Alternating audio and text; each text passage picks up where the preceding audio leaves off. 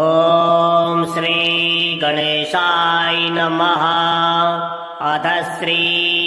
हनुमत्स्वरमाला स्तोत्रम्। अञ्जनागर्भसम्भूताम् अग्निमित्रस्य पुत्रकाम् नमामि रामदूतां तां सर्वकार्यार्थसिद्धये।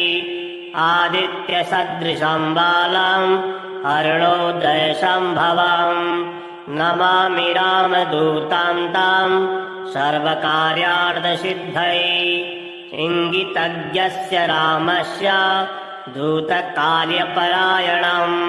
नमामि रामदूतां तां सर्वकार्यार्थसिद्धये।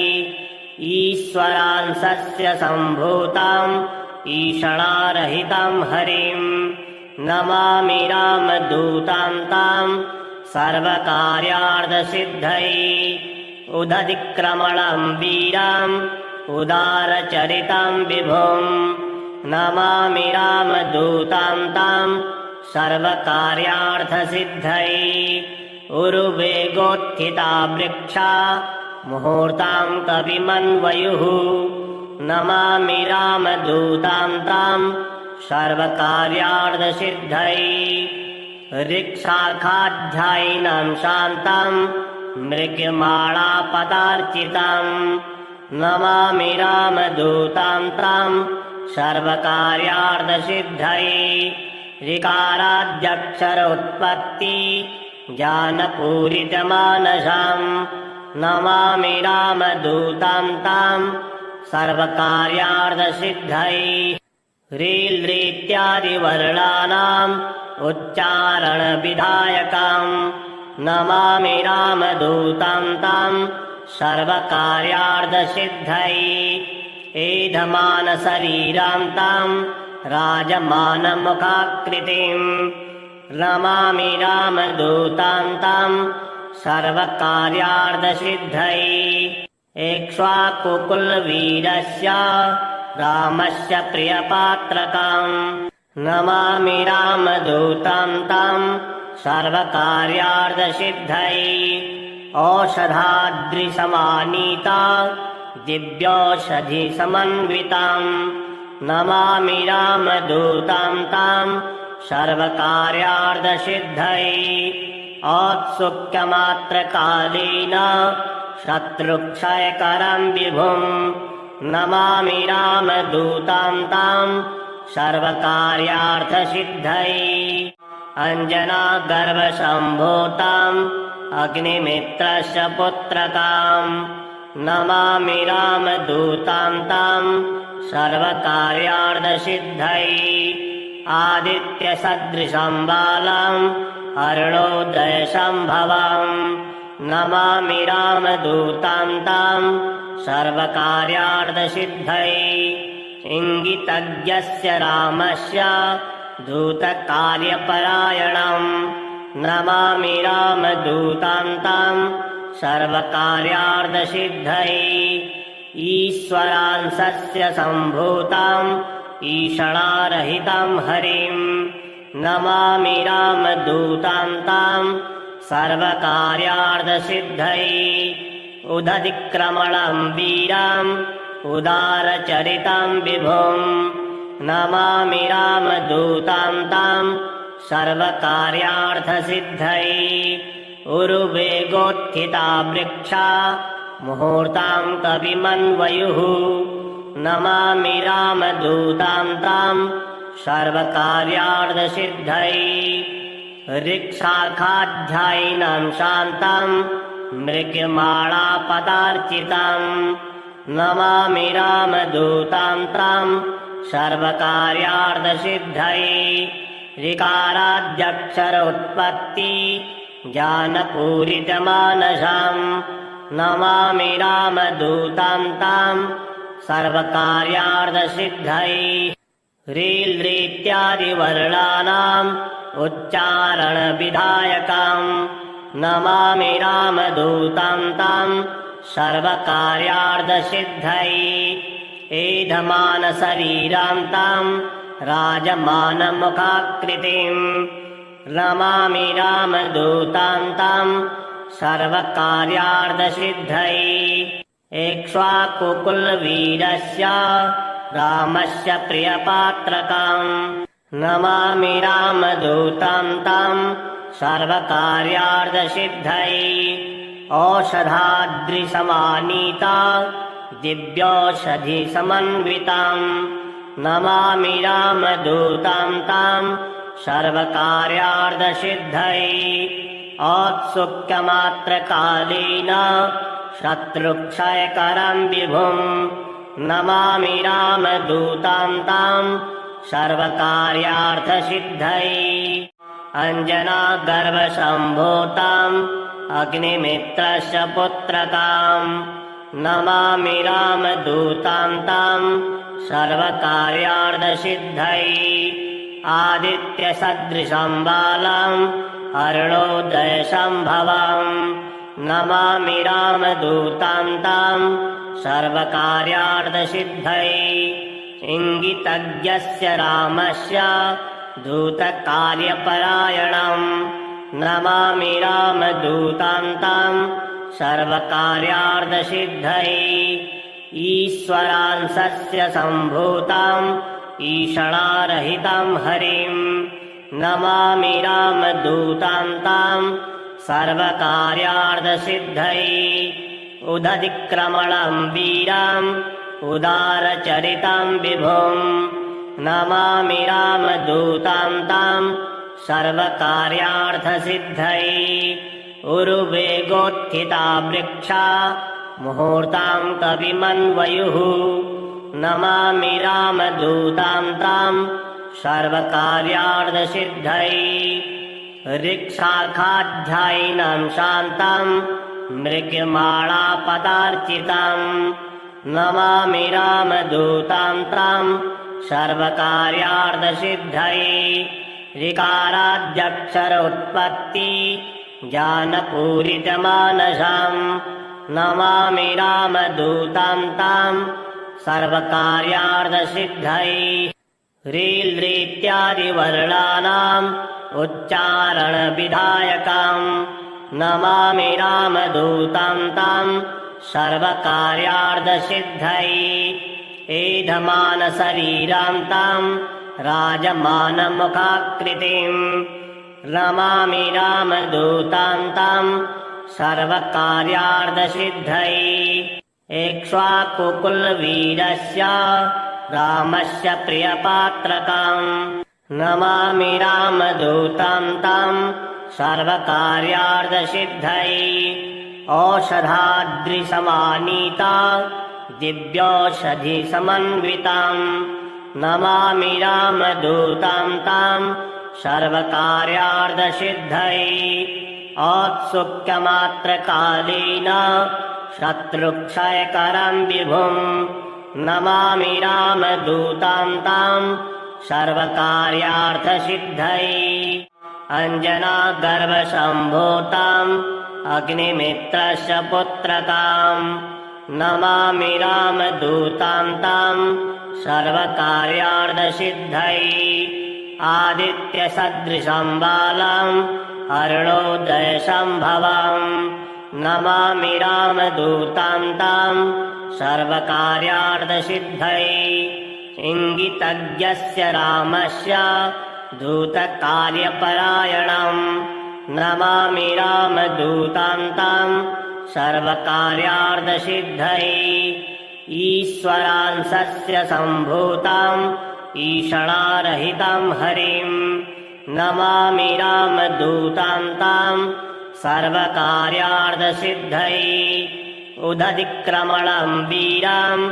उदारचरितं विभुम् नमामि रामदूतं तं सर्वकार्यार्थसिद्धये उरुवेगोत्थिता वृक्षा मुहूर्तं कविमन्वयुः नमामि रामदूतं तं सर्वकार्यार्थसिद्धये ऋक्शाखाध्यायिनं शान्तं मृगमालापदार्चितम् नमामि रामदूतं तं सर्वकार्यार्थसिद्धये ऋकाराद्यक्षरोत्पत्ति ज्ञानपूरितमानसाम् नमामि रामदूतां तां सर्वकार्यार्थसिद्धये ह्रील्रीत्यादिवर्णानाम्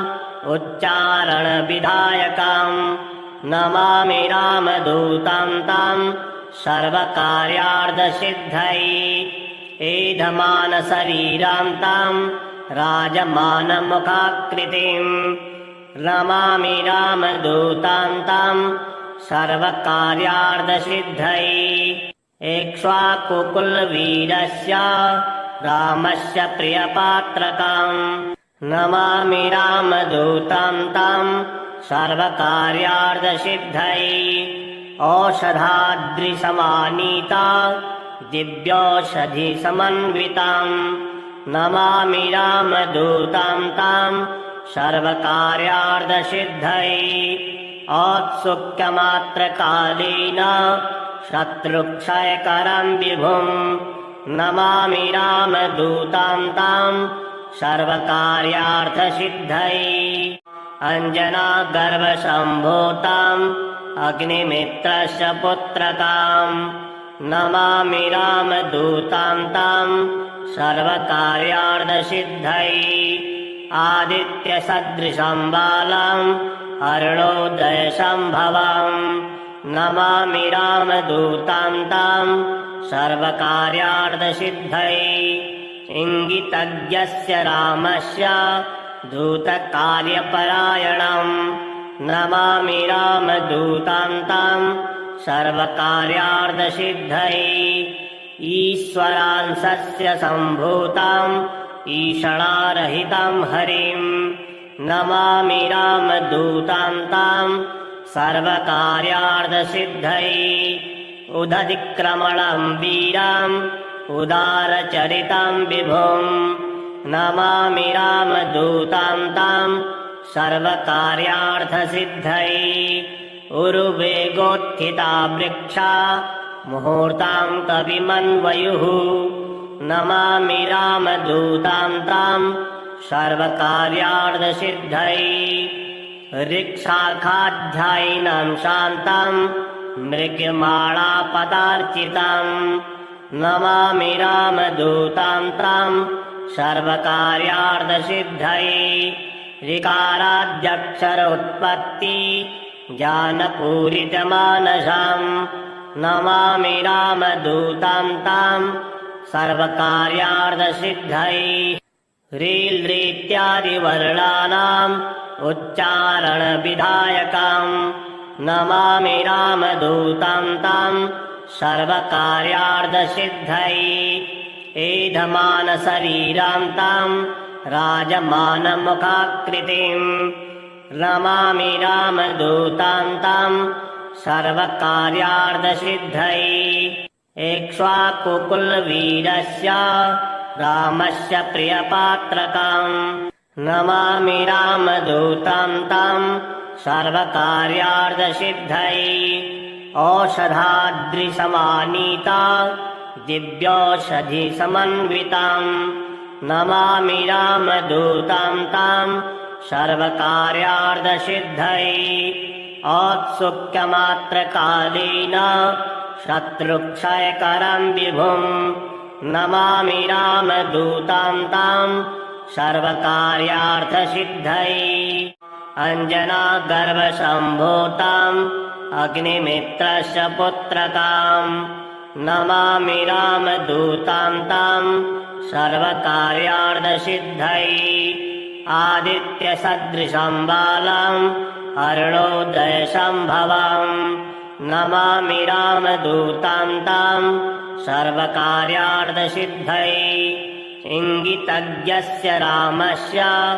दूतकार्यपरायणम् नमामि रामदूतां तां सर्वकार्यार्थसिद्धये ईश्वरांशस्य सम्भूताम् ईषणारहितं हरिम् नमामि रामदूतां तां सर्वकार्यार्थसिद्धये उदधिक्रमणं वीराम् उदारचरितं विभुम् नमामि रामदूतां तां सर्वकार्यार्थसिद्धये उरुवेगोत्थिता वृक्षा मुहूर्तां कविमन्वयुः नमामि रामदूतां तां सर्वकार्यार्थसिद्धये ऋक्शाखाध्यायिनां शान्तां मृगमालापदार्चितां नमामि रामदूतां तां सर्वकार्यार्थसिद्धये ऋकाराद्यक्षरोत्पत्ति ज्ञानपूरितमानसां नमामि रामदूतां तां सर्वकार्यार्थसिद्धये ह्रील्रीत्यादिवर्णानाम् उच्चारणविधायकां नमामि रामदूतां तां सर्वकार्यार्थसिद्धये एधमानशरीरां तां राजमानमुखाकृतिं नमामि रामदूतां तां सर्वकार्यार्थसिद्धये एक्ष्वाकुकुलवीरस्य रामस्य प्रियपात्रकां नमामि रामदूतां तां सर्वकार्यार्थसिद्धये औषधाद्रिसमानीता दिव्यौषधिसमन्वितां नमामि रामदूतां तां सर्वकार्यार्थसिद्धये औत्सुक्यमात्रकालेन शत्रुक्षयकरं विभुं नमामि रामदूतां तां सर्वकार्यार्थसिद्धये अञ्जनागर्भसम्भूताम् अग्निमित्रस्य पुत्रकां नमामि रामदूतां तां सर्वकार्यार्थसिद्धये आदित्यसदृशं बालां अरुणोदयसम्भवां नमामि रामदूतां तां सर्वकार्यार्थसिद्धये इङ्गितज्ञस्य रामस्य दूतकार्यपरायणं नमामि रामदूतां तां सर्वकार्यार्थसिद्धये ईश्वरांशस्य सम्भूताम् ईषणारहितं हरिं नमामि रामदूतां तां सर्वकार्यार्थसिद्धये उदतिक्रमणं वीराम् उदारचरितं विभुं नमामि रामदूतां तां सर्वकार्यार्थसिद्धये उरुवेगोत्थिता वृक्षा मुहूर्तां कविमन्वयुः नमामि रामदूतां तां सर्वकार्यार्थसिद्धये ऋक्शाखाध्यायिनां शान्तां मृगमालापदार्चितां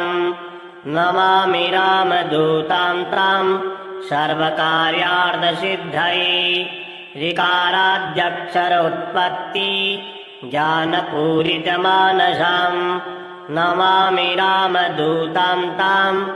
सर्वकार्यार्थसिद्धये ह्रील्रीत्यादिवर्णानाम् उच्चारणविधायकां नमामि रामदूतां तां सर्वकार्यार्थसिद्धये एधमानशरीरां तां राजमानमुखाकृतिं नमामि रामदूतां तां सर्वकार्यार्थसिद्धये एक्ष्वाकुकुलवीरस्य रामस्य प्रियपात्रकां नमामि रामदूतां तां सर्वकार्यार्थसिद्धये औषधाद्रिसमानीता दिव्यौषधिसमन्वितां नमामि रामदूतां तां सर्वकार्यार्थसिद्धये औत्सुक्यमात्रकालेन शत्रुक्षयकरं विभुं नमामि रामदूतां तां सर्वकार्यार्थसिद्धये अञ्जनागर्भसम्भूताम् अग्निमित्रस्य पुत्रकां नमामि रामदूतां तां सर्वकार्यार्थसिद्धये आदित्यसदृशं बालाम् अरुणोदयसम्भवां नमामि रामदूतां तां सर्वकार्यार्थसिद्धये इङ्गितज्ञस्य रामस्य दूतकार्यपरायणम् नमामि रामदूतान्तां सर्वकार्यार्थसिद्धये ईश्वरांशस्य सम्भूताम्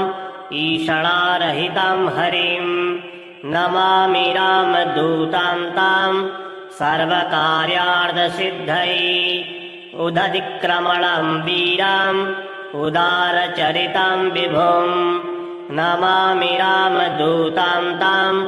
सर्वकार्यार्थसिद्धये उरुवेगोत्थिता वृक्षा मुहूर्तां कविमन्वयुः नमामि रामदूतान्तां सर्वकार्यार्थसिद्धये ऋक्शाखाध्यायिनं शान्तं मृगमालापदार्चितं नमामि रामदूतान्तां सर्वकार्यार्थसिद्धये ऋकाराद्यक्षरोत्पत्ति ज्ञानपूरितमानसं नमामि रामदूतान्तां सर्वकार्यार्थसिद्धये ह्रील्रीत्यादिवर्णानाम् उच्चारणविधायकं नमामि रामदूतान्तां सर्वकार्यार्थसिद्धये एधमानशरीरान्तां राजमानमुखाकृतिं नमामि रामदूतान्तां सर्वकार्यार्थसिद्धये एक्ष्वाकुकुलवीरस्य रामस्य प्रियपात्रकं नमामि रामदूतान्तां सर्वकार्यार्थसिद्धये औषधाद्रिसमानीता दिव्यौषधिसमन्वितं नमामि रामदूतान्तां सर्वकार्यार्थसिद्धये औत्सुक्यमात्रकालेन शत्रुक्षयकरं विभुम् नमामि रामदूतान्तां सर्वकार्यार्थसिद्धये अञ्जनागर्भसम्भूताम् अग्निमित्रस्य पुत्रकां नमामि रामदूतान्तां सर्वकार्यार्थसिद्धये आदित्यसदृशं बालम् अरुणोदयसम्भवम् नमामि रामदूतान्तां सर्वकार्यार्थसिद्धये इङ्गितज्ञस्य रामस्य दूतकार्यपरायणम् नमामि रामदूतान्तां सर्वकार्यार्थसिद्धये ईश्वरांशस्य सम्भूताम् ईषणारहितं हरिम् नमामि रामदूतान्तां सर्वकार्यार्थसिद्धये उदतिक्रमणं वीराम् उदारचरितं विभुम् नमामि रामदूतान्तां सर्वकार्यार्थसिद्धये उरुवेगोत्थिता वृक्षा मुहूर्तां कविमन्वयुः नमामि रामदूतान्तां सर्वकार्यार्थसिद्धये ऋक्शाखाध्यायिनं शान्तं मृगमालापदार्चितं नमामि रामदूतान्तां सर्वकार्यार्थसिद्धये ऋकाराद्यक्षरोत्पत्ति ज्ञानपूरितमानसं नमामि रामदूतान्तां सर्वकार्यार्थसिद्धये ह्रील्रीत्यादिवर्णानाम् उच्चारणविधायकं नमामि रामदूतान्तां सर्वकार्यार्थसिद्धये एधमानशरीरान्तां राजमानमुखाकृतिं नमामि रामदूतान्तां सर्वकार्यार्थसिद्धये एक्ष्वाकुकुलवीरस्य रामस्य प्रियपात्रकं नमामि रामदूतान्तां सर्वकार्यार्थसिद्धये औषधाद्रिसमानीता दिव्यौषधिसमन्वितं नमामि रामदूतान्तां सर्वकार्यार्थसिद्धये औत्सुक्यमात्रकालेन शत्रुक्षयकरं विभुम् नमामि रामदूतान्तां सर्वकार्यार्थसिद्धये अञ्जनागर्भसम्भूताम् अग्निमित्रस्य पुत्रकाम् नमामि रामदूतां ताम् सर्वकार्यार्थसिद्धये आदित्यसदृशं बालाम् अरुणोदयसम्भवाम् नमामि रामदूतां ताम् सर्वकार्यार्थसिद्धये इङ्गितज्ञस्य रामस्य दूतकार्यपरायणम् नमामि रामदूतां ताम् सर्वकार्यार्थसिद्धये ईश्वरांशस्य सम्भूताम् ईषणारहितं हरिम् नमामि रामदूतां ताम् सर्वकार्यार्थसिद्धये उदतिक्रमणं वीराम् उदारचरितं विभुम् नमामि रामदूतां ताम् सर्वकार्यार्थसिद्धये उरुवेगोत्थिता वृक्षा मुहूर्तां कविमन्वयुः नमामि रामदूतां ताम् सर्वकार्यार्थसिद्धये ऋक्शाखाध्यायिनं शान्तं मृगमालापदार्चितम् नमामि रामदूतां ताम् सर्वकार्यार्थसिद्धये ऋकाराद्यक्षरोत्पत्ति ज्ञानपूरितमानसम् नमामि रामदूतां ताम् सर्वकार्यार्थसिद्धये ह्रील्रीत्यादिवर्णानाम् उच्चारणविधायकम् नमामि रामदूतां ताम् सर्वकार्यार्थसिद्धये एधमानशरीरां ताम् राजमानमुखाकृतिम् नमामि रामदूतां ताम् सर्वकार्यार्थसिद्धये एक्ष्वाकुकुलवीरस्य रामस्य प्रियपात्रकम् नमामि रामदूतां ताम् सर्वकार्यार्थसिद्धये औषधाद्रिसमानीता दिव्यौषधिसमन्विताम् नमामि रामदूतां ताम् सर्वकार्यार्थसिद्धये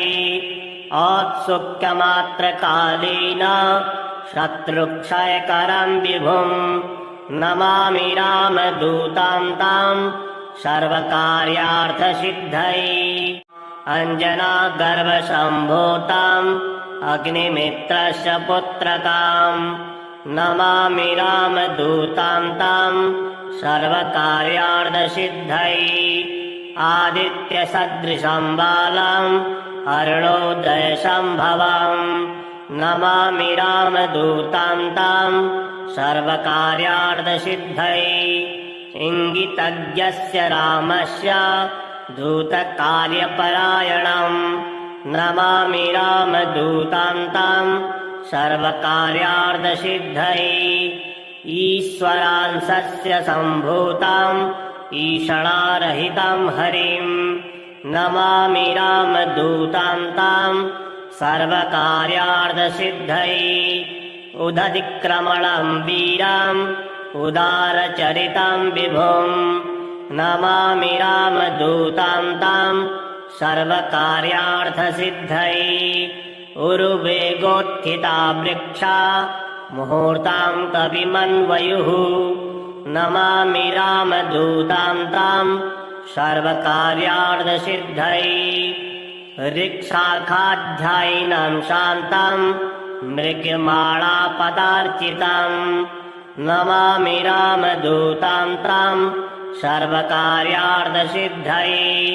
ऋकाराद्यक्षरोत्पत्ति ज्ञानपूरितमानसम् नमामि रामदूतां ताम् सर्वकार्यार्थसिद्धये ह्रील्रीत्यादिवर्णानाम् उच्चारणविधायकम् नमामि रामदूतां ताम् सर्वकार्यार्थसिद्धये एधमानशरीरां ताम् राजमानमुखाकृतिम् नमामि रामदूतां ताम् सर्वकार्यार्थसिद्धये एक्ष्वाकुकुलवीरस्य रामस्य प्रियपात्रकाम् नमामि रामदूतं तं सर्वकार्यार्थसिद्धये औषधाद्रिसमानीता दिव्यौषधिसमन्विताम् नमामि रामदूतं तं सर्वकार्यार्थसिद्धये औत्सुक्यमात्रकालेन शत्रुक्षयकरं विभुम् नमामि रामदूतं तं सर्वकार्यार्थसिद्धये अञ्जनागर्भसम्भूताम् अग्निमित्रस्य पुत्रकाम् नमामि रामदूतं तं सर्वकार्यार्थसिद्धये आदित्यसदृशं बालम् अरुणोदयसम्भवम् नमामि रामदूतं तं सर्वकार्यार्थसिद्धये इङ्गितज्ञस्य रामस्य दूतकार्यपरायणम् नमामि रामदूतं तं सर्वकार्यार्थसिद्धये ईश्वरांशस्य सम्भूतम् ईषणारहितं हरिं नमामि रामदूतं तं सर्वकार्यार्थसिद्धये उदतिक्रमणं वीरम् उदारचरितं विभुम् नमामि रामदूतं तं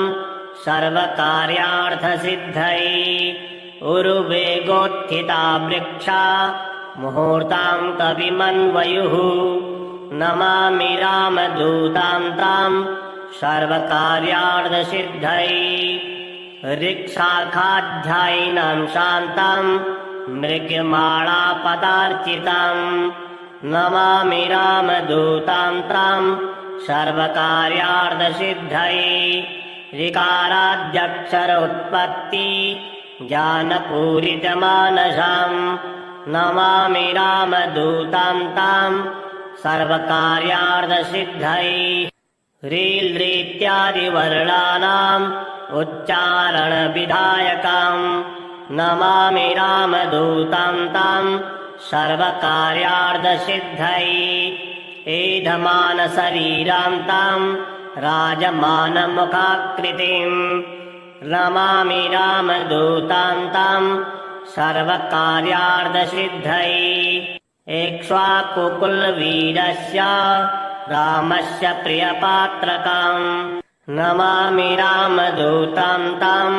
सर्वकार्यार्थसिद्धये औषधाद्रिसमानीता दिव्यौषधिसमन्विताम् नमामि रामदूतं तं सर्वकार्यार्थसिद्धये औत्सुक्यमात्रकालेन शत्रुक्षयकरं विभुम् नमामि रामदूतं तं सर्वकार्यार्थसिद्धये अञ्जनागर्भसम्भूताम् अग्निमित्रस्य पुत्रकाम् नमामि रामदूतं तं सर्वकार्यार्थसिद्धये आदित्यसदृशं बालम् अरुणोदयसम्भवम्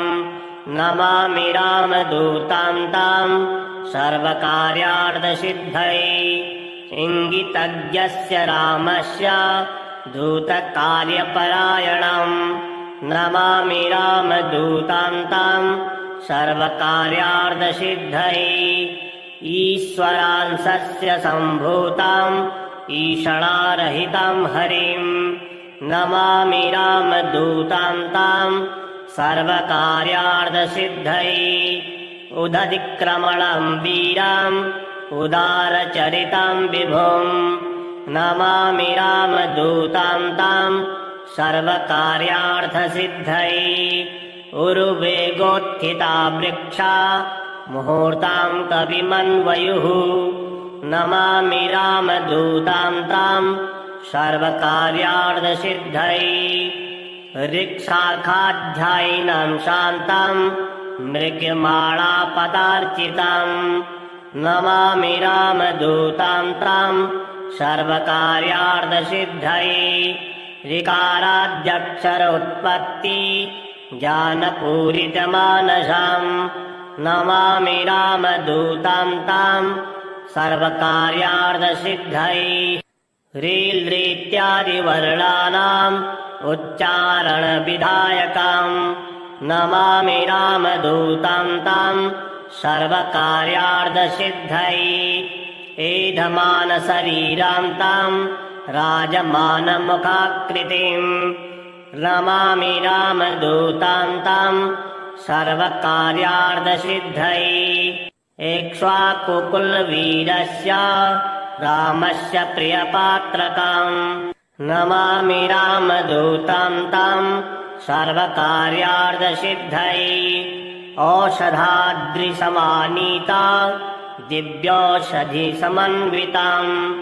नमामि रामदूतां तां सर्वकार्यार्थसिद्धये औत्सुक्यमात्रकालेन शत्रुक्षयकरं विभुम् नमामि रामदूतां तां सर्वकार्यार्थसिद्धये अञ्जनागर्भसम्भूताम् अग्निमित्रस्य पुत्रकाम्